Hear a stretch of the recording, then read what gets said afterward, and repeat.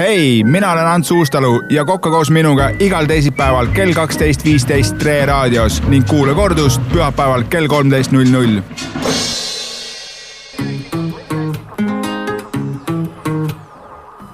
Saade Kokka koos Antsuga on eetris ja saate minna nüüd Facebooki Tre raadio lehe peale ja vaadata ka seda, kuidas Ants Uustalu süüa teeb. Iga nädalaselt valmib siin videokaamera vahendusel ka nädala retsept ja see nädal ei ole ka mitte mingisugune erand. Nii et Ants Uustalu, ole hea, sa oled köögis, alusta, mis sa tegema hakkad? Nii, Ott. Kõigepealt me teeme siis sellist asja, et me tükerdame ära salattsibula ja siis praeme ära põdraliha. Paneme sinna, sa Ott mäleta, mis kartul see oli või?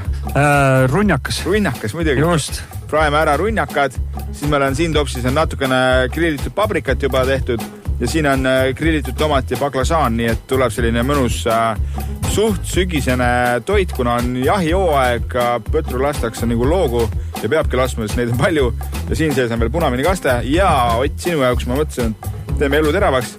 Tilks džinni ka. No, väike džinn ikka kuuleb ära. Mõnus käsitöö asi, nii et hakkame pihta. Selleks, et sibulat tükaldada, siis teeme siia paar riba sisse. Lõikame teistpidi ka. See on siis hea banaana šalott, mis on hästi mahe. Kiirelt tükaldame selliseks mõnusaks kuubikuks. Kuule, ma ükskord vaatasin poest, otsisin, ei leidnud, oli ainult punane sibul. Kas seda väga igas poes polegi või ma lihtsalt ei leidnud? Jaa, seda igas poes ei ole, jah, sul on õigus. Ja ta on siis mahedam ja ta on mahedam, ta on mõnusam, jah. Ja vahet ei ole, kas me räägime küpsetamisest või lihtsalt salatisse panemisest? Jaa, ikka jah. Et seal eriti hästi sobib salottsibul muidugi nendes tatarridesse ja igasugustesse karpatsode peale. Mida me oleme ka siin juba teinud? Me oleme ka teinud ja muideks põdrast saab ka väga head tatarri, nii et kellel ikkagi mingi tuttav jahimees on ja kui ei ole jahimees, siis kindlasti sellised kokkuostjad müüvad seda liha väga hea hinnaga ja minust võiks üldse rohkem toitu kasutada sealt ja nendes kohtades, kus see tuleb metsast või jõgedest või järvedest, on ja. Et on ju tore, kui me väga palju seda põllumajandust ka ei kurna siin, on ja. Et võtame ikkagi, kala võtame merest ja põdra võtame metsast. Aga natukene vist ikkagi läheb see asi juba paremaks, sellepärast et me ei saa siin võrrelda enam 20-aastaste aegade taguse ajaga. Praegu ikka inimesed võtavad ka sellist põlist ja metsast asju ka rohkem kui jaa, käiakse palju ja seal kohas, kus on ikka head metsaanid, seal on ikka korralik rongkäik sees, nii et. Vaat pann juba pragiseb ja möllab siin stuudios, nii et saate seda ise jälgida. Ma panin nüüd volüümi põhja ja loodame, et jälle need andurid peavad vastu. Siiamaani oleme hästi hakkama saanud nendega. Muidugi. Kes praegu kuulab ja ei saa aru, mis toimub. Meil toimub siin Kokka koos Antsuga saade ja kui te tahate seda näha, seda saadet, siis minge Facebooki, otsige üles Tre raadio leht ja siin on ka pilt sellest, kuidas Ants Uustalu meil siin stuudios süüa teeb. Ja siit tuleb midagi head. Ja kui ma kogu aeg olen rääkinud seda, et ei tohi maitsestada panni peale asju, steiki või midagi sellist, siis jah, neid ei tohi. Aga kui me teeme täna sellist nagu nii-öelda pajarooga kiiret panni peal, siis ma varsti panen siia soola ja pipart, see on okei. Sest see läheb siia kasvama sisse ja siis on ta mõnus. No siit ikka tuleb. Siit tuleb ja no tõesti nagu, kui sulle enda maja tagant ikkagi käib ajujaht ja tuuakse pöder, no siis sa ei saa ju ütelda ei sellele, et tuleb ikka ära kasutada. Absoluutselt. Ja mulle tegelikult alati meeldib uluki aeg. Muideks on praegu kopraaeg ka, augusti algus hakkas ka koprajaht, nii et kui meestel pödrajahist ikka aeg üle jääb, siis lastakse mõni kobras ka ära. Sellega teha annab? Kopraga? Väga head punase veini hautis saab teha kopraga. Aga mis sabaga teha saab midagi? Lusika? No mõned selle grillivad ütlevad, et kõige parem söök maailmas, aga mina vaidlen vastu sellele. Aha. No neid venda siin ennemgi nähtud, kes söövad mingit imelikku asja ja siis arvad, et see on kõige parem. No see on nagu jahimeesti ütled, ma olen seda mitu korda proovinud ja külmsuitsuna on see kopra saba kõige parem siiamaani olnud, et ei ole midagi erilist. Nii. No siit tuleb korralik praatena. Teeme korraliku asja, jah. Runnakad lõikame ka pooleks ja tükaldame ära. Runnjaks on üks ikka hea asi, et ta on oma olemuselt ikkagi juba valmis asi ja ta ei ole vesinev. See on minu jaoks kõige tähtsam, on ju. Nii, me peame natuke võtma seda punaviini kastat ka siit. Muidu meil läheb see asi kõrbema. aga mis söök see üldse on? See on mingi Eesti söök või kus see on kuskilt pärit? Ise leiud seda? See on praegu a la Ants Uustalu, et siin ei olegi mingit muud toitu, et mulle meeldivad natuke sellised toidud, kus on sellist junkit ja natuke sellist country stiili, et siin on kõike head sees. Nii, mis nüüd läheb?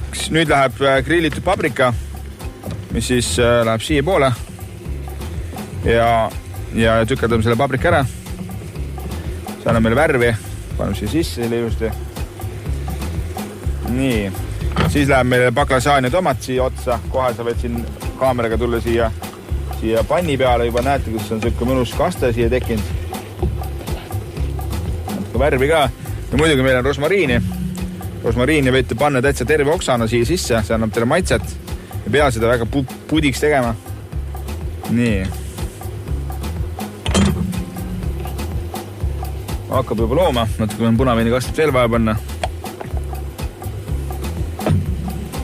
Sellises väikses raadioköögis on selline toit ikka täitsa nagu omal kohal ja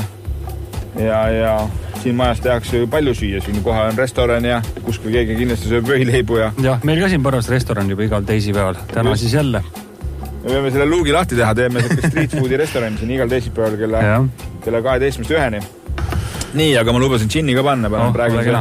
Praegu see džinni koht on õige, et kui ma teeks seda praegu gaasi peale, siis ma saaks selle nagu nii-öelda põlema ka panna ilusti. Miks sa panid seal? Mis see annab praegu? See annab sulle tugevalt, kuna siin on suht kõva kadakas sees ja pöder ja kadakas sobib nagu väga hästi. Et lihtsalt selle pärast paningi. Oi, aga nüüd on meie leping selle väikse pliidiga üles ütlenud, see näitab 0, kuigi meil on vaja powerit siia panna. Nii, Ott, on meil veel aega siin teha või? Ega siin väga ei ole. Üldiselt... Ei, ta on valmis ka meil. Väga hea. Laseks ta korra keema, et ütle sina aega ja mina hakkan kohe serveerima. No aeg ongi nüüd serveerida. Aeg ongi nüüd serveerida.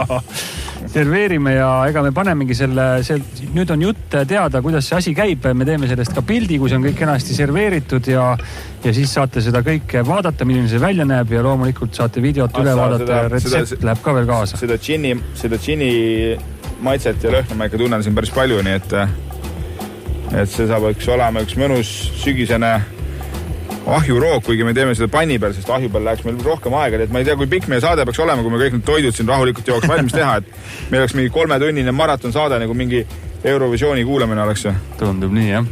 Nii, Ott, aga voilà, palun. Nii, see sai väga ilus, sellest teeme ka veel pildi, paneme üles ja saate seda kõiki siis järele ka vaadata YouTube'ist Kokka koos Antsuga lehe pealt, seal on juba 20 retsepti üleval ja loomulikult läheb ka see saade kohe järelkuulamisse ja ka pühapäeval saate raadiost kordust kuulata kell 1. Aitäh tänaseks, Ants Uustalu, järgmisel teisipäeval kohtume jälle. Ja, nägemis, tšau! Hei, mina olen Ants Uustalu ja Kokka koos minuga igal teisipäeval kell 12.15 Tre raadios ning kuule kordust pühapäeval kell 13.00.